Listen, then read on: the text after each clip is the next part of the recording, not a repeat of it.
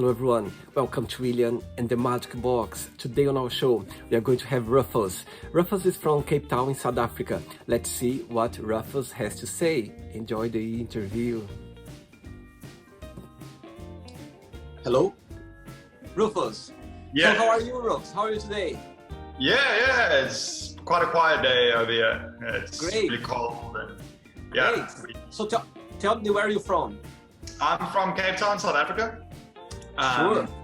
Yeah, grew up here, been living here basically my whole life. I did a bit of traveling, lived in Hong Kong for a year, spent a bit of time in New Zealand, had my honeymoon in Portugal. Oh, really? Yeah. Where's about in Portugal? So we flew into Porto, and then basically from Porto we went down to Lisbon, went to Nazaré, and Okay. yeah, basically just cruised around there. I lived in Portugal 5 years before moving to the UK. I was living in Porto. Okay, you live in Porto. Yeah, it was a really cool city. My Is it best friends actually, they just waiting for the borders to open, and they were supposed to move to Portugal in April. Yeah, it's cool. It's a beautiful city. Yeah, for sure. Yeah. Rufus, just before we start the game, tell me what you do for a living. Okay, so I own my own business. I do guided surfing tours, and that was before COVID. And yeah, the last couple of months have been quite a struggle. I know, yes. Tourism, and yeah, things have been completely turned upside down. So over the last couple of months, and that's the page that you find me on. So Yeah. I've got a big passion for cannabis and teaching people about cannabis, how to grow their own cannabis, how to utilize it, the pros, cons, everything about it. And yeah, so I'm busy diving into some projects about teaching people about cannabis. Tell me the most interesting thing about your job, like as a survey. Okay, so the most interesting thing is like, I get to have a good day every day, all day. So I used to be a teacher, and yeah, I was teaching high school, then I taught primary school, then I went to go teach kindergarten in Hong Kong. Wow. And yeah, that way I figured out basically who I am, what I really wanted in life. And yeah, a big passion of mine was surfing for most of it. So yeah, then my wife and I decided, okay, well, we're going to start our own business. And she's a genius when it comes to marketing, web development, things like that. So she created a website for ourselves and she markets it, she gets the people here. And yeah, so I deal only with international clients and customers. And I get to show them my beautiful part of the world that, I think it's one of the most fascinating places in the world. It's so beautiful, it's so raw, it's like so diverse as well. There's really absolutely everything around here. And it's a really, really cheap country for people to travel to. So our idea was like, okay, well, we want to showcase to people of what a great time you can have here, and especially with surfing, because we have such an abundance of waves. Waves that suits everyone's needs, from if you're a beginner, never even touched the water, to a big wave surfer or a high performance surfer. There's really absolutely everything for you. And yeah, I've studied the ocean like probably for the last 17 years. I know the conditions, charts, forecast, everything. So basically from Cape Town to Durban to Namibia, I forecast basically where will be the best days.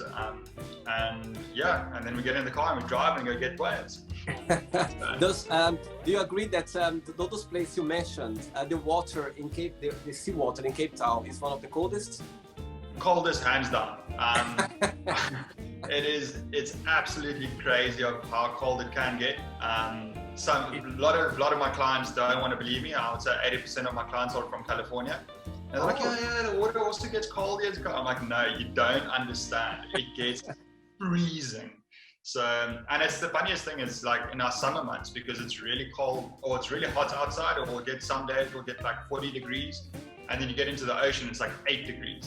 So it's crazy differences. In winter it actually gets really nice. It's like now the water is about 16, 17 degrees. Wow, so it's like very similar to Portugal's water, I would say, at the moment. Did you ever had any Brazilian students on your class? Or? I've had one Brazilian client. He was a doctor. He was like a really good surfer. And yeah, he was a really nice guy. So, surfing in Brazil is a big thing. Like a like oh my god, it's like since basically the whole world tour has been taken over by Brazilians. It's like they're the strongest force to be reckoned with. Like such and like really passionate, really they are just they shred and they're so good. Like the last couple of world champs, all Brazilians. So it's a Brazilian people. They are very into surfing. It's a big thing in Brazil. Even though you don't come from the seaside side, but even though that's a big thing in Brazil. So yeah. Right, Rufus, welcome to William and the Magic Box. So I'm going to give this lovely box full of random fun questions, okay? I'm just going to play some music now just for us to get in the mood before the first question. Ready? Okay. I hope you like it. Let's do it.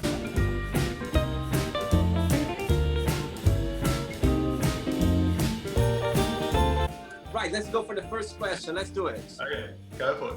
Right, Rufus, if you could have a superpower, what that would be and why? Your superpower.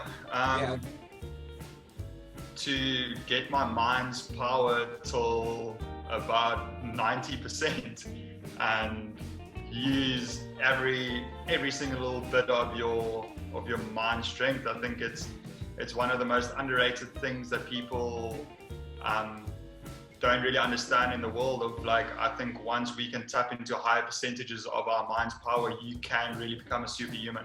I've seen some people do absolutely crazy, unimaginable things, and that you actually think it's like, it must be a miracle of some sort. And as I got to know these people along the way, it's just purely about like tapping into that full mental strength and having full control over what you want to control with your thoughts. Because I think your mind is the most difficult thing to control, and once you can control your mind, eternal happiness will be waiting for you, whatever you do in your life. It's so true. So, I think our mind is so powerful, and sometimes we don't know how powerful it can be, isn't it? Yeah, really. Yeah, I totally agree. Yeah. Even to the point of like, you can heal yourself just by the way that you control your thoughts, things like that. And there was a big part of my life where I struggled a lot with depression in my early 20s. I didn't ever really understand my own thoughts, my own mind and anything. And as I'm going on through life, I'm trying to achieve that more and more, but like, yeah, from where I came from, and still a lot of days are very, very difficult, where, yeah, you can't get motivated, you can't feel happy, things like that. And it's just like, yeah, so a superpower, definitely control the mind 100%. And, good. Yeah. That would be a very superpower, actually. I think everyone should have that. Imagine how amazing it would be to have all control of your mind. Oh my God, that would be something. Yeah. Maybe one day we get there. Never know. Maybe one day. Can only try. Let's go for another question. Let's do it.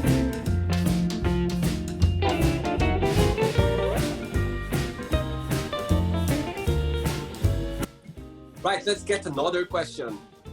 Tell us about your first kiss and your first love. I think I was about 12 years old. What was her name? I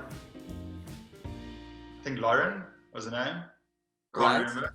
I was really young. I was about 12 years old. I remember I was just really scared, really nervous, like not really thinking like what was going to happen or anything. And man, my first love,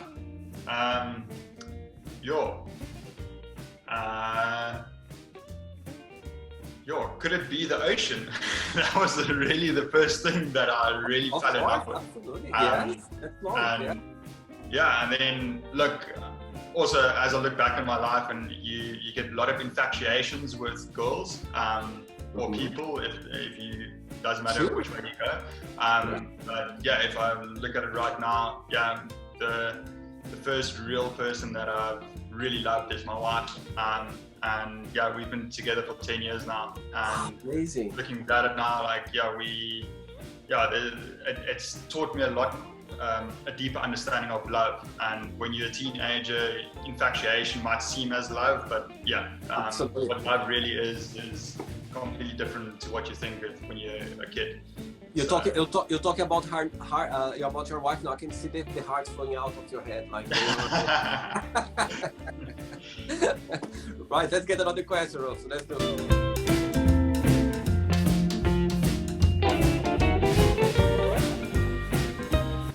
Just before the next question, tell me something that you only can find in Cape Town, cannot find anywhere else in the world. The culture of, so when you're looking at different cultures in South Africa, look, we have a lot of different races and cultures and things like that.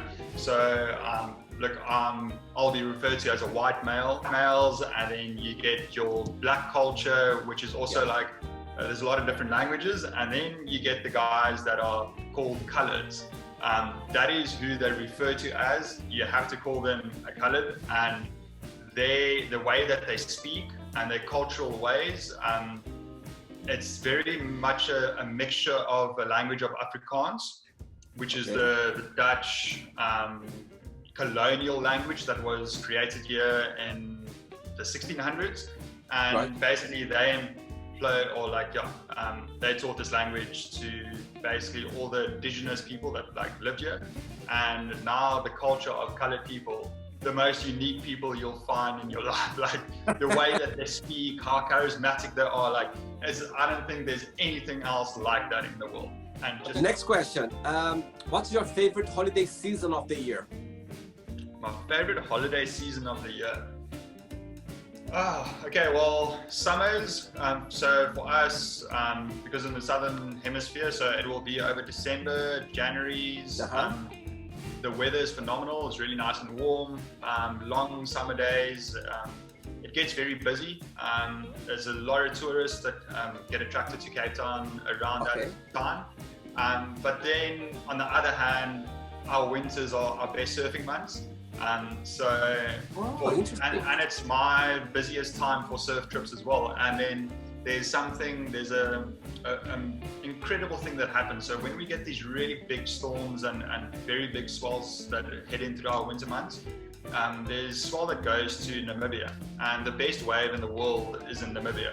So we do specialized trips to the specific wave. It happens about 3 to 4 days in a year. It's called Skeleton Bay or Donkey Bay. And this wave runs for 2 kilometers. An absolutely perfect wave, 2 kilometers long. You can get a barrel for about a minute long. It absolutely, for any surfer, it blows your mind. It's just nothing else touches that. So in the recent years, that is probably the thing that excites me the most throughout the whole year. As soon as that swell just pops up onto the chart, I get like a little kid before Christmas. I'm like, oh, it's happening, it's coming. And yeah, so that's a thing that I look forward to a lot. How cold can get in Cape Town? How the coldest? So we've just had our coldest winter in about the last 20 years. So coldest days, probably about 10 degrees, 8 degrees. Yeah, if you move it a little bit more inland, then it hits freezing temperatures like 0, -1, -2. But yeah, where I live, specifically, it doesn't really get less than 10 degrees. I'm about 2 hours out of Cape Town. Just up on the west coast in a really small little coastal town right on the beach. And yeah, so it's, cool. Yeah. Let's get another question, Ralph. Let's go.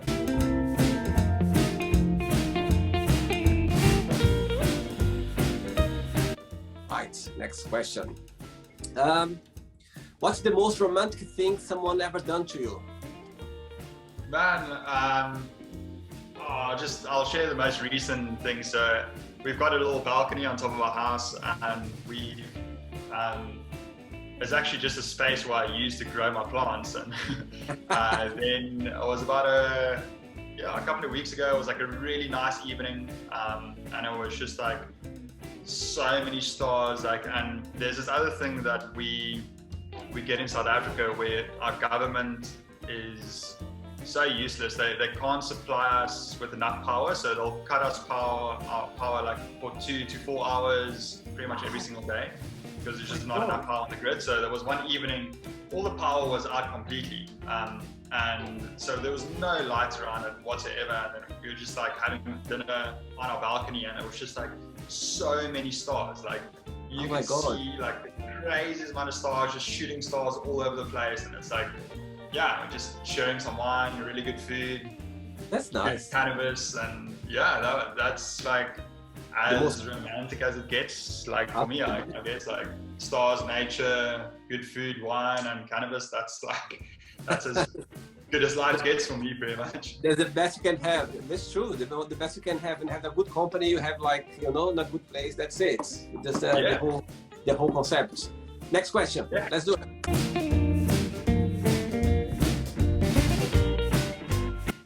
Right. Just before the next question, how did you start the business of cannabis?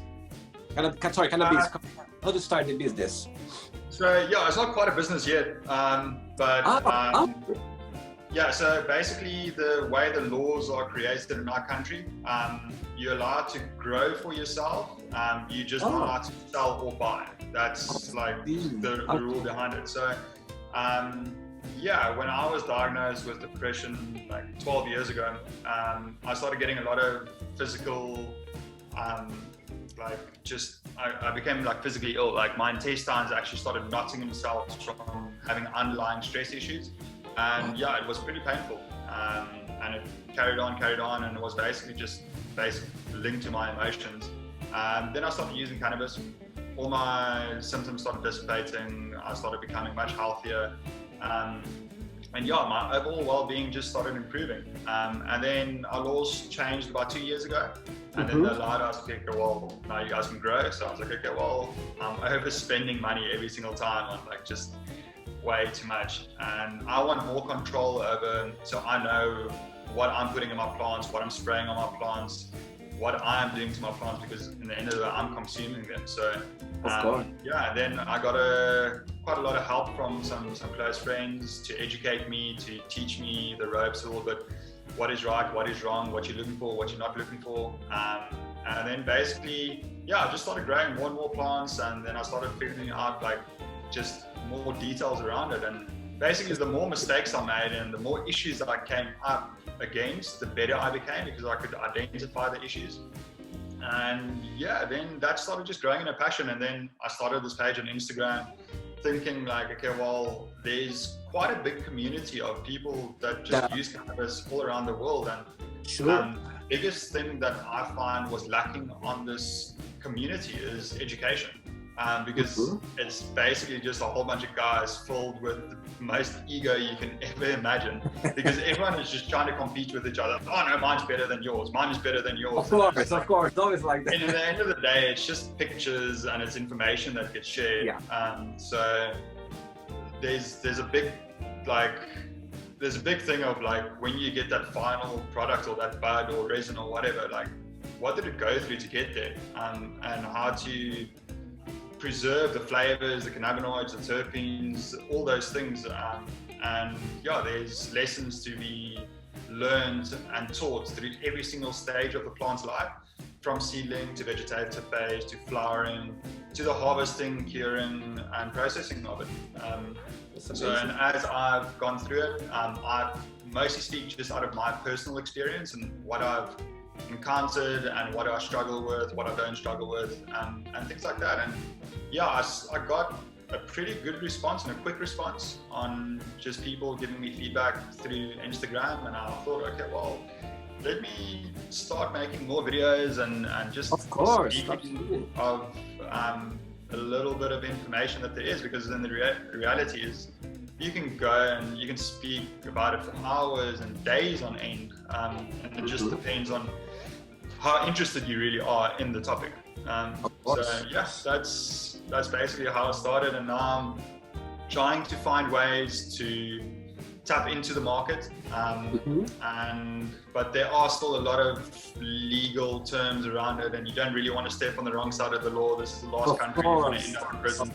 And yeah, so we are on the verge of getting like the final laws put in into place, and then we'll know, okay, can it be commercialized? Will it be completely decriminalized? Things like that. But as we're seeing, the government wants to take basic control of most of it, which is really sad, because a very, very big part of our country on the eastern side, so it's the Eastern Cape, there's been like cannabis farmers there for the last 100 years, basically. And these guys make a living off of it every single year, and it's really sad because the government hasn't put any rules in place to benefit these guys. So automatically it just makes them criminals straight away, and they're not. They're just trying to put the honest food on their table. They're not living large, fabulous lives. They're like living really, really harsh lives, and yeah. So I'm really hoping the government sees it from their perspective, and like yeah, so that can get better. So I'm sure it will. Right. Next question. What does family mean to you? Yo, what does family mean to me? I probably went through one of the craziest family transitions. Like, never thought it would happen to me in my life. And yeah, it gave me a lot of questioning on what family really means. So I'll just give you a little quick background. I grew up in a very conservative household, Christian, and Afrikaans, so it's basically the Dutch way of doing things, and it's a completely different culture as when you're growing up. So you get forced to go to church every Sunday. You must believe only in this way, and if you oppose any of those beliefs, then you're going straight to hell, things like that. And yeah, then I was in my early 20s. My dad got diagnosed with cancer. Soon after that, he died.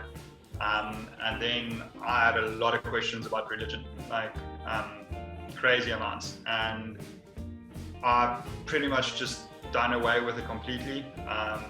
Almost followed the atheist set of ways, and then longer through that, then I started figuring out, okay, well, there's a thing such as spiritualism and being connected to something that is of a higher energy. I can't say that it's one of the 3,000 gods that is around there, but yeah, that was just basically, and I found a peace in understanding that, like, yeah, there is a much greater source of energy around us, and yeah, just basically going in that way. And then in that process, my mom remarried, and she married a pastor. So things got like a little bit, and then I wanted to ask the questions, all the questions that I ever wanted to know. And then basically what happened, there was a lot of friction, and there was not an understanding of respecting each other's ways. And yeah, since then, you know, the family basically just like split apart. Don't really have that connection anymore. And it was, yeah, I still struggle with it. I'm going to be 100% honest with you. And now it's about basically building a new family. Like with me and my wife, we don't have kids. We got 2 dogs. Those are our kids. And yeah, and then yeah, having a really great support system from my wife's side of the family. And yeah, my family went completely other ways.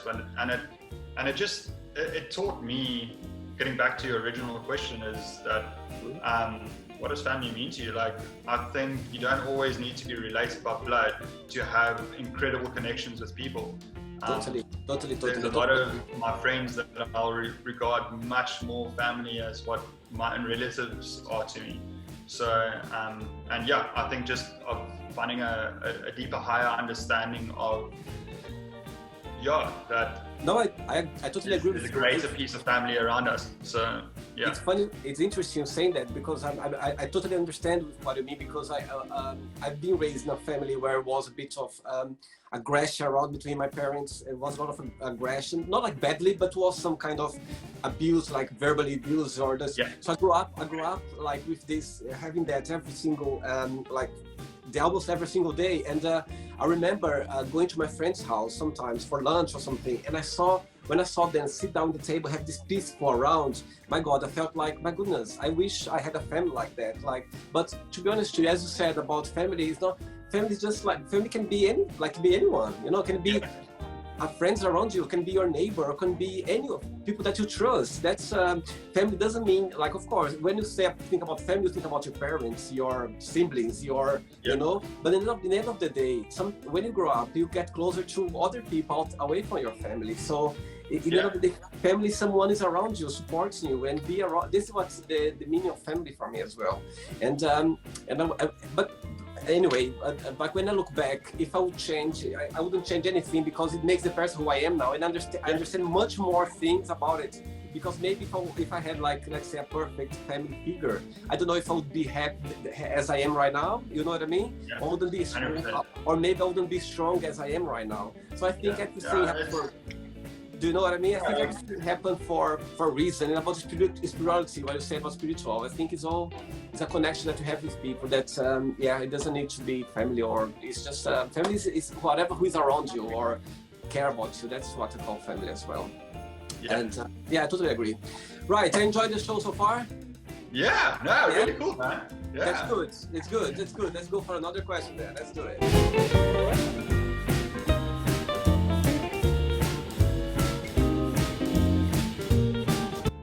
Good. Right. Good one. If you could ask for a miracle, what that would be? That people would just stop hating each other.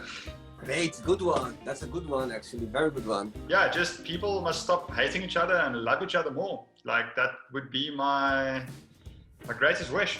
Definitely. That's good. Good one. Let's go for another question. Let's do it, Rufus.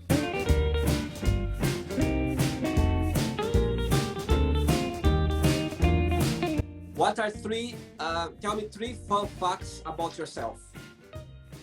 Can't really see my eye colors, but I actually have 2 different colors in my eyes. It's really? Mixed brown and green. That's amazing.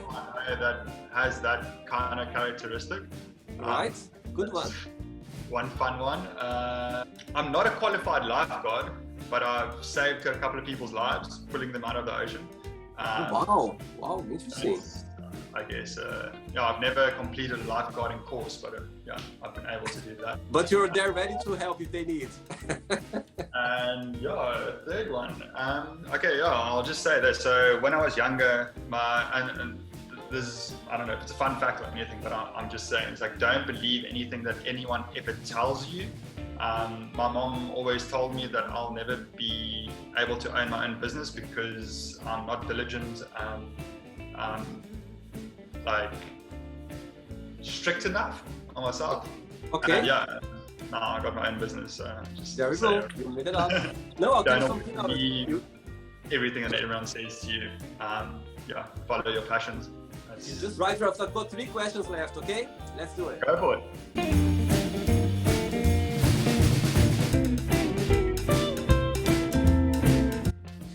Next question. What's the weirdest dream have you ever had? Yeah, I think there's one image and dream that always is stuck in my head. It's like, basically I'm just in this completely vast empty void. Imagine you like in space, but like you upside down the whole time. And wherever you want to go, you can't really go where you want to go. God. You don't have any control or anything. And that was probably the weirdest dream that it's more of a nightmare, like, fully. But right, 2 questions left. Let's do it.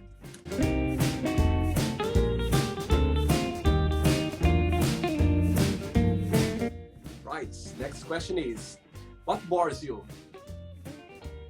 I guess conversations where people can't talk real life, that bores me. Like, if someone just has to talk about superficial shit the whole time and they can't really tap into what is real, like what is like really bugging you, what is inspiring you, what are you trying to do in your next like section of your life, or is it just going to be about like random hookups and how drunk you got last weekend or things like that? Like, yeah, that pretty much bores me.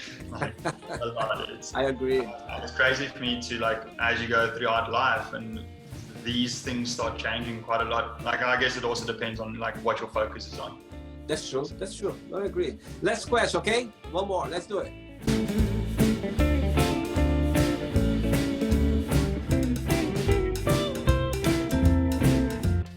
Last question, Rufus. Let's do it. What's the best and the worst about yourself? Best and worst about myself. I would say the best. No, let me start with the worst. Okay. When I get into states of depression, I become a very unmotivated person. I'm pretty difficult to convince to do something. In my mind, I only want to do. Stubborn. You're stubborn. And yeah, it's like people get annoyed. Like my wife gets annoyed with me a lot around me. And then I think the best thing when I do get inspired and I can get creative, I've got, I think, a pretty special, I don't know if you want to call it talent, but I can speak in front of a lot of people. I can educate people pretty quickly and get a connection with people, even though if they're from a different background, different religion, different culture, it doesn't matter. I think I can bridge that gap like pretty easily and find that connection and find a very good respect for each other. It doesn't really matter who my audience is. Like the craziest thing was, like, it was a week ago, I went to go do a talk for a bunch of like retired ladies. So they're all around like 65 plus. And I did this talk in a church with my weed plant next to me, and I'm educating them about cannabis. And I thought about, like, the craziest dreams, like that this would actually become true. And yeah, and like it was weird. And that morning my wife was like, "Oh, you're nervous? You're nervous?" I'm like, "No, it's fine. It's like I'm excited for this." So yeah, I think that's one of the cool things that I've learned to tap into and become comfortable with. So yeah, that's I would say probably the better thing about it. That's good. Okay, Rufus, it's not the end yet, okay? So what I'm going to do now? I'm going to give away some words and you just tell me one thing that comes to your mind, okay? Quick thinking. Let's start with money. Passion. Love. My wife. Family. Broken. Life. Epic. Sex. More, please. Politics. Clowns. Religion. Despise it. Fear. Control. Friendship. Everything. Desire. Love. Regrets. No regrets. Wish. More love. Okay. The last one. Cannabis. The miracle. Good. Now let's pretend now I'm going to have a cup of coffee with your wife and I'm going to ask her, tell me the most beautiful thing about Rufus and tell me something that he needs to improve on. What do you think she'll tell me? He needs to stay more busy and more positive in times of difficulty. Like and yeah. Oh, that's fun. Okay, now let's play now. Rufus and the magic box. You can ask me a question, okay? You can ask me a question now. What was the best year of your life? Regardless everything, the negativity, what's happening in this year right now, regarding everything what's happening, I would say this year. Do you know why? Because what I'm doing right now, this project, it's something that I want to do for life. I found my path. So I would say it's the best year of my life so far, because doing something that's unique, and for me that's it's connect with people differently. Like every single time when I do shows, it's powerful, Rufus. So I must say to you, it's 2020. It's an unforgettable year for me because I found my path, like what I want to do for life. So yes, is my answer to your question, because it's just a powerful feeling that I'm feeling right now. Just I hope you enjoyed the experience. I hope you have a good time, and I hope that I made your day a big difference. Yeah, you did. I can be 100% honest with you. I was not having a good day at all. Today has probably been one of the most more difficult days. Just understand. Yeah, feeling stuck, not really getting out. Yeah, just a overall. Yeah, but, you made it a hell of a lot better, and just being able to speak to you and bringing back to where you said this year it's been a really tough year, but if you also look back in your whole life, the times that's been the most difficult, that's where you grow the most. That's true. Yes, I agree. With no growth, you don't become better without growing. No. Yeah, and that's a big part that I've also come to understand this year, by really being thrown into a corner and have to dig yourself out, and finding ways and means to do it. It's definitely that's what makes you stronger as a human, I would say. It's all about understanding and growing as a person, spiritual person, I believe. But it's not easy. Understand, it's not easy. Sometimes those days you just want to to finish there and not to do anything. But it's just part of life. Just before you go, I'd like to ask you to share a positive message or something nice that or a quote or something that you'd like to share with everyone. Live life as life is deserved to be lived. Great, good one. It says a lot. That's true. We are lucky to be alive. We are very lucky to be alive, and that's definitely. It's a gift. Well, good. Thank you very much, William. It was a pleasure. Okay, all the best for you. All regards for you, your wife. Take care. Bye-bye. So, did you like the show? Don't forget to give a like, share it, and also don't forget to subscribe to the channel. And if you'd like to be part of the show as well, first, subscribe to our channel, and after that, just go to our website, www.williamandthemagicbox.com, and send us a request saying why would you like to be part of the show. And I see you there. Bye bye, see you next time.